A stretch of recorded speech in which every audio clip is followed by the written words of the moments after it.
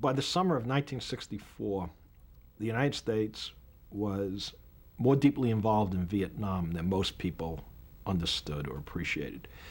John Kennedy had put some 16,000 American troops, advisors they were called, military advisors, into Vietnam, and this was the beginning of America's very substantial military commitment. Now, Johnson came to office in November of '63, and he was restrained about what he did in relation to Vietnam. And during the '64 campaign, when he runs against Barry Goldwater, who of course is a very conservative Republican, Johnson is taking something of a beating on Vietnam from Goldwater, and Johnson is very worried that the Republicans are going to beat up on him and the Democrats over the prospect of, quote-unquote, losing Vietnam. There was, of course, a lot of feeling that the Democrats couldn't afford such a loss, at least the Democrats felt that way, because the Truman administration had taken a terrible pummeling over the quote-unquote loss of China. And Johnson kept saying that he cannot afford to lose Vietnam, and he's not going to lose Vietnam.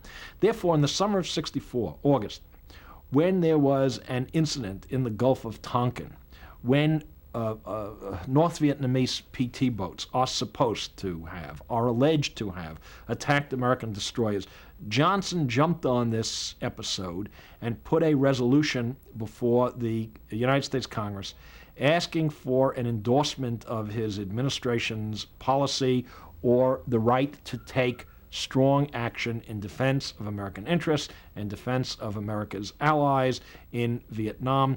And the Senate, for example, passed the Tonkin Gulf Resolution with only 2 dissenting votes. So what it did was it gave Johnson a kind of mandate to take action in Vietnam. And what he said privately afterwards is that the Gulf of Tonkin Resolution is like grandma's nightshirt. It covered everything. And it was ideal for him because he got a kind of an endorsement, a sanction from the Congress that freed him to do what he felt was appropriate in Vietnam. There was a strong anti-communist feeling in the country. There was a belief in the idea that you had to stop communism wherever it became aggressive. This was seen as a conflict over what was known as national wars of liberation. These were guerrilla wars, and if they succeeded in Vietnam, it would embolden them to be aggressive in other parts of the world. This was seen as a testing ground, and I think generally the American public found themselves very sympathetic to doing something about keeping South Vietnam from, quote-unquote, going communist. In 1965 and '66, Johnson substantially escalates American involvement in the war. The public is initially receptive and supportive of this action, but very quickly a protest movement springs up on the campuses of the United States. The first teach-in against the war occurs at the University of Michigan, and students who see the war as a diversion away from the civil rights movement and the Great Society programs, from the domestic reforms that Johnson had been pushing so hard for in '64 and '65. They complain that the war, on the one hand, is a diversion away from domestic affairs, and on the other hand, it's an inappropriate attack upon a national liberation movement that is less communist than it is nationalistic, and that Johnson and others in the country see this communist threat as greater than in fact it really is. If you have communism in South Vietnam, young people are saying, not all by any means, but protesters are saying, it's their business. This is a civil war that's going on in Vietnam. This is not part of a worldwide communist movement. Johnson doesn't believe that. Johnson is a Cold Warrior, as John Kennedy had been, as Eisenhower had been, as Truman had been.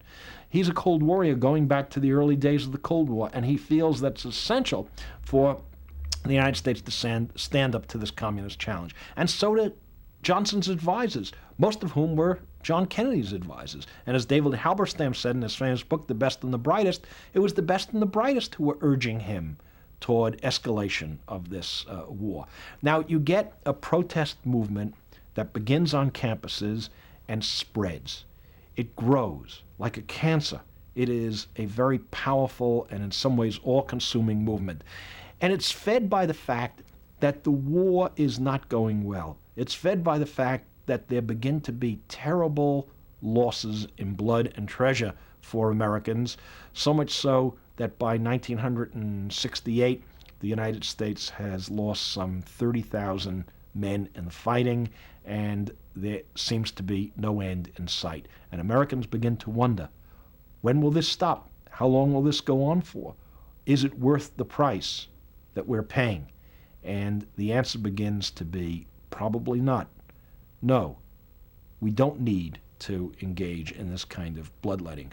Others are saying, look, if we're going to do it, let's go after them in a much more aggressive way. If we're really going to fight this war, let's get on with it. We have the power to take care of those North Vietnamese.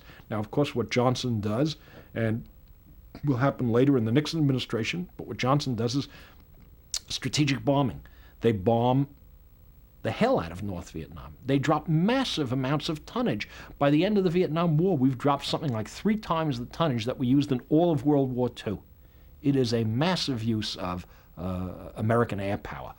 But it doesn't seem to work. It doesn't seem to stop the Viet Cong and the North Vietnamese from the struggle that they're pursuing. And so there's great frustration that sets in the country, and it feeds the protest movement, and it frustrates Johnson, who becomes more and more antagonistic toward the protesters, and a yawning gulf opens in the country between opponents of the war and supporters of the war, and there is terrible social dislocation now, and the great society is being killed off. Indeed, this is an adage of American history, that war kills reform. It happened in the 1890s with the Spanish-American War, World War I with progressivism, World War II with the New Deal, and it happens again with Johnson and Vietnam and the Great Society. Johnson reacts to the protests and the opposition with great anger and frustration.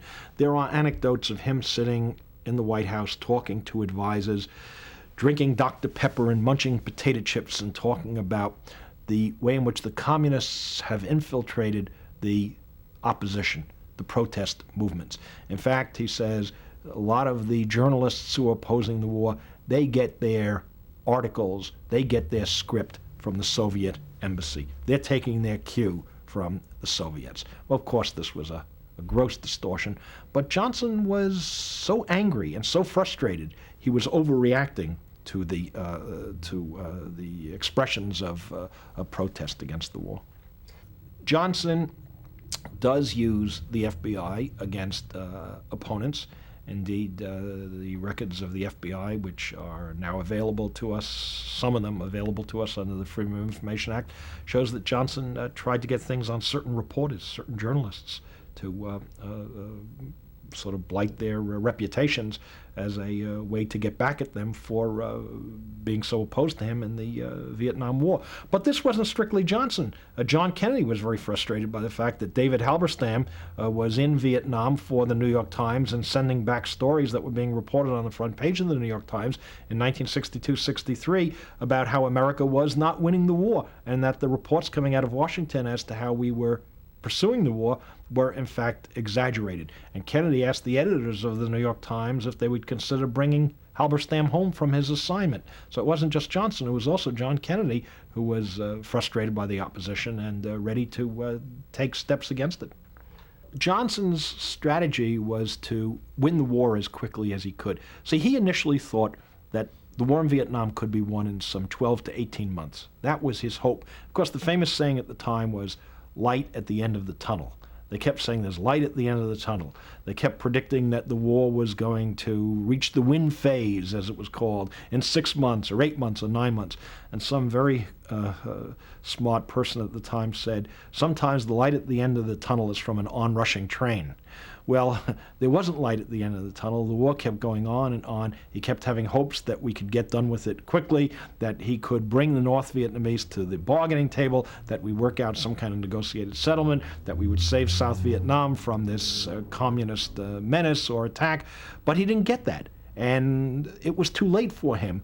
But he felt that he might be saving the Democratic Party if he stepped aside and didn't run in '68. I think he appreciated that for him to run would have meant the destruction of the party, would have meant such terrible division that the Republicans were going to come into the White House. So he steps aside. Johnson was very frustrated and very angry over the protests against the war and over the attacks upon him as some kind of conservative or reactionary. He kept saying, I'm the education president. I'm the guy who put across these civil rights programs. I'm the guy who is the Great Society president. I'm the one who's been pushing for reforms for years. And now they're attacking me as some kind of Neanderthal conservative. What they're doing is destroying the party. What they're doing is giving an advantage to Ho Chi Minh and the communists in Vietnam. They're going to lose Vietnam for us. They're going to destroy the Democratic Party. They're going to put the conservatives in power. And this is a self-defeating, self-destructive act on their part.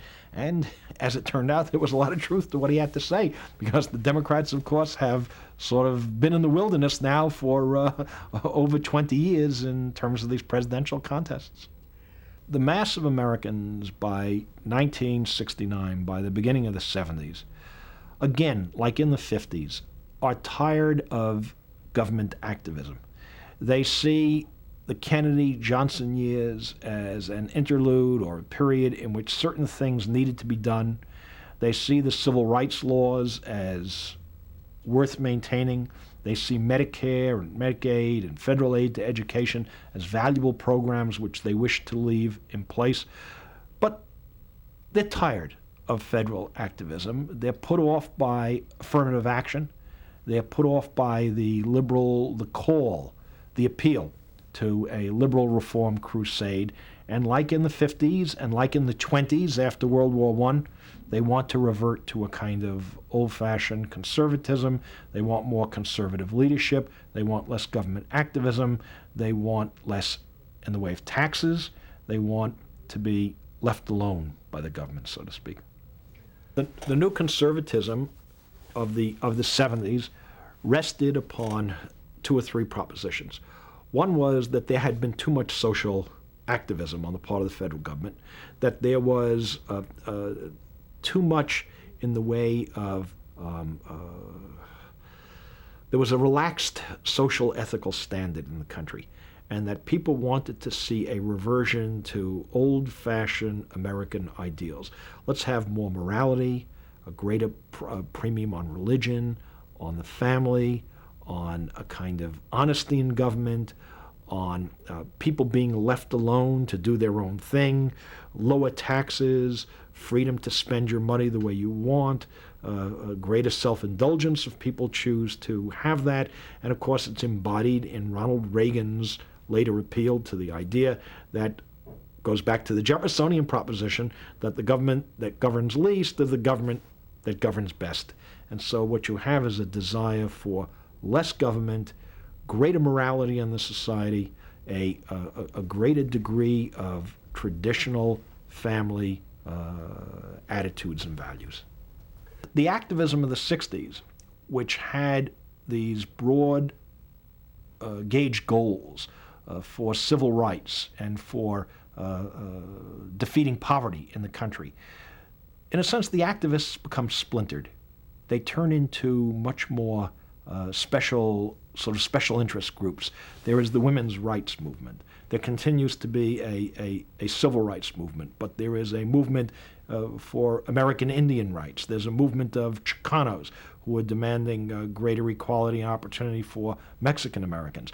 What you get is a kind of splintering of the elderly. The elderly become much more content with their lot, with Medicare and the reallocation of income under the reform programs of the previous 30 or so years. The elderly begin to be much better off than they had been before. Poverty also had been largely cut in half by the Johnson Great Society programs. It went from something like 22, 23% in the country down to something like 11 or 12%. But the activists, I think, splinter. They split apart into much more sort of special interest movements, and they don't have a kind of cohesiveness. They don't have a spokesman in the federal government. To this day, who is the great spokesman or spokesperson for the left, for the radicals in the United States government? Can you think of a single person? There's no one. There's no one on the scene. Who is the great Democratic leader? Jesse Jackson is the only one. And how many people would give him a really good chance of becoming president of the United States? I doubt that there are very many who see him as a likely successful presidential candidate.